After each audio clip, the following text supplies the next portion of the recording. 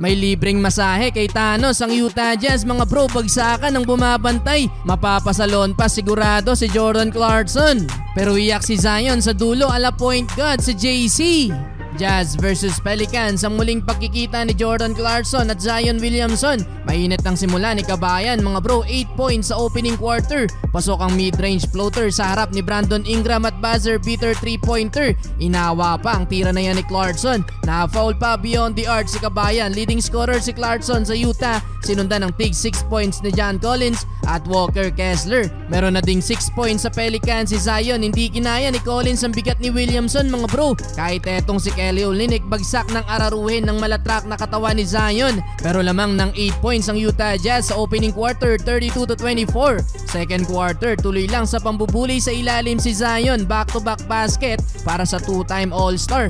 Gandang alley-oop play Alvarado to Williamson. Wala ngayon sa Jazz si Lauri Markkanen, kaya kailangan kumayod ngayon ng ibang players. So far, lahat ng ipinasok sa Jazz ay nakapagtala ng at least 2 points. Nang posterize pa ng bantay si Ochai Agbaji. Hype ang crowd ng Utah. 7-minute mark nang ipinasok si Kabayan. Parang niyakap ni Hawks sa play na to si JC. Na-trap ni Zion. Umabot ng 11 points ang largest lead ng home team. Pakitang gilas ang rookie na si Keyonte George. Hindi natakot sa katawan ni Williamson and 1 basket para sa rookie.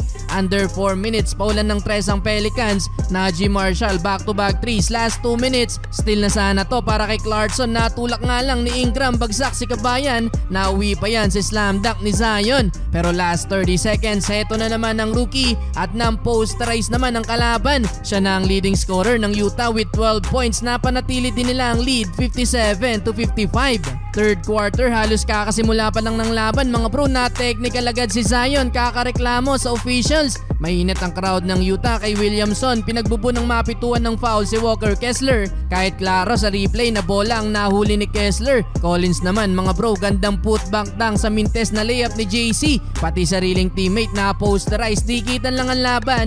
Nakalayo lang ulit ang Jazz dahil sa back-to-back basket ni Kessler, dunk at isang magandang pasa ni Clarkson. May kasama pang foul yan.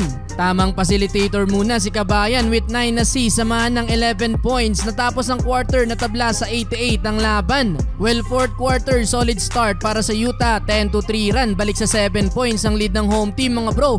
Under 8-minute mark, hindi sumuko si Colin Sexton sa agawan buko kontra kay Thanos. Yari ka kay Zion, talo sa jump ball si Young Bull. Halfway mark ng quarter mga bro, muling naitabla ng Pelicans ang laban mula sa pull-up jumper ni Brandon Ingram. 101-101.